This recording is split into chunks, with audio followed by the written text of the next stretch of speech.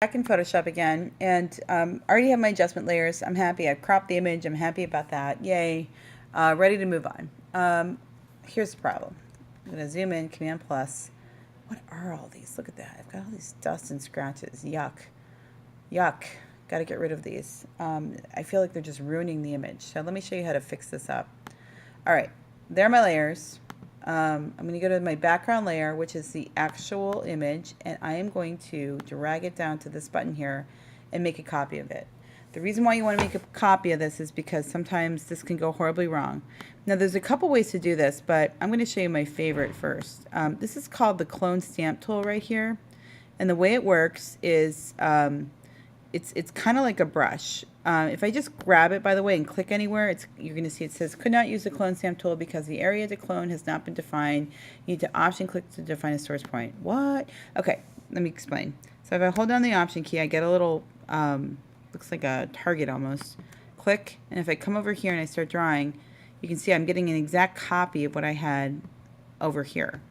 Let me undo that because I don't want that. Now, another little trick. You can see it's a certain size. So if you go to the P on your keyboard and go to the left, you'll see those bracket keys.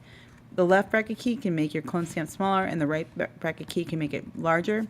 And also, I'm recommending brush size wise or brush wise, get one of these warm fuzzy brushes like this to work with. You don't want to get a hard edge brush. So if I don't have mine loaded right now to look like yours, but there's some brushes that have a very defined, let me see if I can reset my brushes.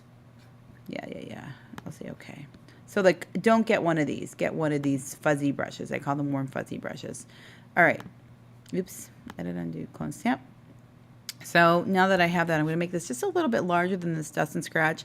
And what I'm noticing is that this area over here looks a lot like that. So if I option click here and check this out, ta-da, it's like it never was. Now, obviously, I'm not going to grab here and come in here because then it's going to be dark, right? That won't look good. But if I grab, say, for example, here and come in here, see, problem solved. You know, and if this is kind of smaller, bracket, come down. So again, go to the P and do that. So it's like it never was. And basically, for this part of the video, what I want you to do, or this part of the portion, is you're going to go in and just kind of clean up all these dust, yuck, all this dust and scratches. That's kind of important to know how to do that. At some point, we're going to be scanning your images into the computer and doing this with them. So I think it's important to understand this concept and to know how to do this. Also, even a digital image sometimes has stuff in it that you want to take out and remove, and knowing how to do this is a skill that trust me, you're going to be able to utilize for a lot of other things. So take the time and clean up your image. And you can just see if I zoom in and you just hold down the space bar and mouse over it, look, they're everywhere. Yuck. So clean them up. Look at that. Terrible. Okay. And that is how you clean up dust and scratches. Now there are some other tools that will do similar things, like the spot healing and the healing brush, but I'm just not going to work on those right now with you. Let's just keep it simple and use the clone stamp tool. It does a very good job of this. Just remember to make a copy of your background layer before you do this. So you're going to have something called background copy and background.